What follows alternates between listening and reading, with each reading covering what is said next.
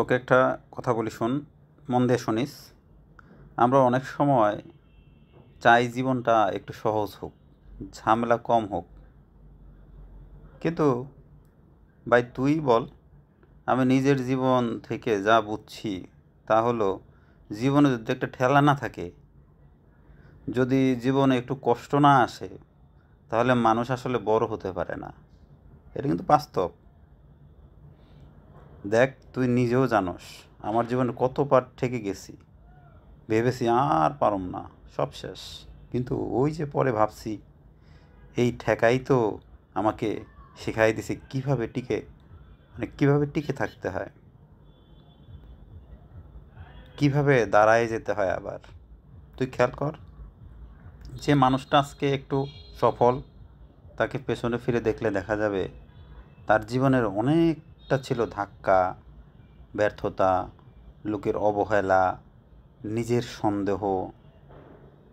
আর সেখান থেকে সে উঠে দাঁড়াইছে, দাঁড়াইতে পারছে।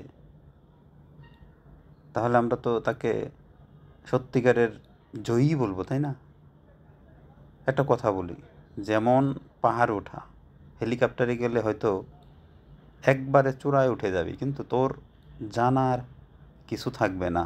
পাহাড় কেমন, বাতাস কেমন, বাতাস কেমন কষ্ট দেয়, হাঁপ ধরে যায় কি না, হাউতাস লাগে কি না, আবার নেমে যাবি কি না, কত কিছু, তাই না?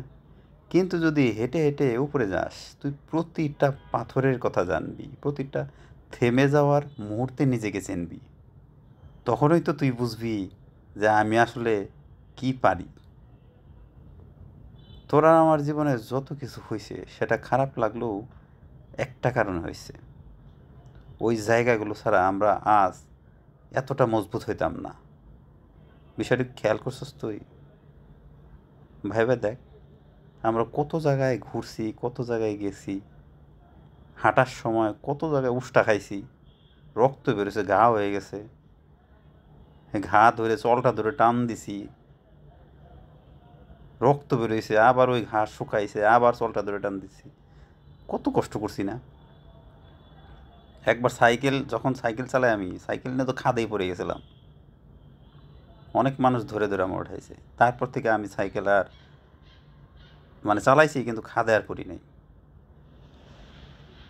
তাহলে এখান থেকে আমরা কি একটা বলতে পারি, দেখ, প্রতিকূলতা যদি না থাকে জীবনে, উপরে ওঠার আসল মানেটা হারায় যায়।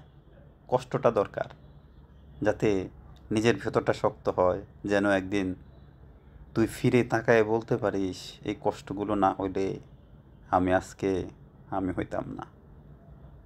ভালো থাক।